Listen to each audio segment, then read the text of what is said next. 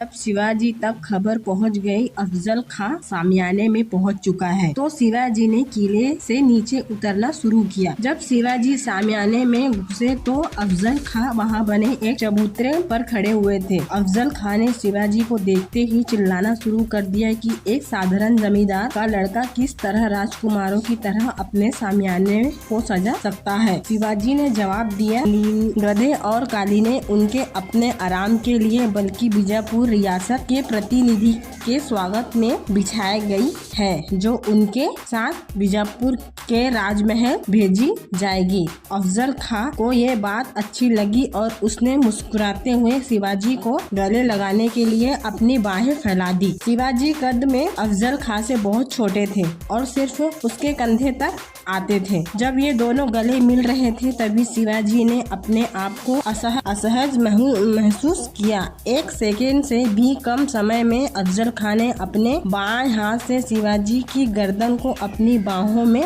जकड़ लिया। ये एक पहलवान की पकड़ थी। फिर उसने अपने दाहिने हाथ से खंजर से शिवाजी पर वार किया। उन्होंने चूंकि अपने कपड़ों के नीचे जिराफ बख्तर पहन रखा था, इसलिए उसका उन पर कोई असर नहीं हुआ। शिवाजी ने अफजल खां की पकड़ से निकलने की कोशिश की, लेकिन उसने और जोर से शिवाजी की गर्दन को जकड़ लिया। तब शिवाजी के सांप की तरह मुड़ते हुए पहले अपने बाह को आजाद कराया और बाई हथेली छिपे बाएं नख को अफजल की पीठ में घुसा दिया। फिर उन्होंने दाएं हाथ से बिछुए से अफजल के पेट पर वार किया। अफजल खां दर्द में चिल्ला कर बोला, धोखा धोखा, इसने मुझ पर हमला किया, इससे तुरंत मार डालो। ये सुनते ही कुछ ही दूरी पर खड़े अफजल खां और शिवाजी के सैनिक उनकी तरफ दौड़े। सोयद बंदा ने अपनी तलवार से शिवाजी के सर पर हमला किया, लेकिन उनकी पगड़ी के अंदर लोहे की टोपी ने उन्हें बचा लिया। तभी जीवा महल ने अपनी तलवार से सोयद के दाहिने हाथ पर हमला कर उसे बेकार कर दिया। घायल अफजल खां को उसके अंगरक्षक सामियाने से निकाल कर पालकी पर बिठाने में सफल हो गए। शिवाजी के लोगों ने उनका पीछा किया। सबसे पहले शंभूजी काऊजी ने पालकी उठाने वाले के पैरों पर वार किया। पालकी नीचे गिरने के बाद उन्होंने अफजल खां का सर काट लिया। वो उसे शिवाजी के पास ले गए। मराठा सैनिकों ने एक कर अफजल ने भतीजों रहीम खां, अब्दुल सईद और उसके मराठा हिंदू साथियों पिलाजी, शंकराजी, मोहिते और कुलकर्णी को मार डाला। शिवाजी के साथियों में एक अबिसिनियन मुस्लिम इब्राहिम सिद्दी भी था। थोड़ी ही देर में किले से बिगुल बजा दिया गया। इससे सुनते ही जंगल में छिपे शिवाजी के सैनिकों ने बाहर निकलकर चारों तरफ से अफजल खां के सैनिकों पर हमला बोल दिया। अफजल खां के सैनिकों पर ये हमला अचानक किया गया था, जिसकी उन्हें दूर दूर तक उम्मीद नहीं थी। कुछ सैनिकों ने तुरंत मैदान छोड़ दिया, लेकिन कुछ सैनिकों ने शिवाजी के सैनिकों को मुकाबला किया, लेकिन वो चारों तरफ से घिर चुके थे और इसी जगह लड़ रहे थे जहां लड़ने का उन्हें कोई तजुर्बा नहीं था। कुछ दिनों बाद अंग्रेजों की राजापुर फैक्ट्री में पहुंचने वाली रिपोर्ट में कहा गया कि इस लड़ाई में करीब 3000 सैनिक मारे गए।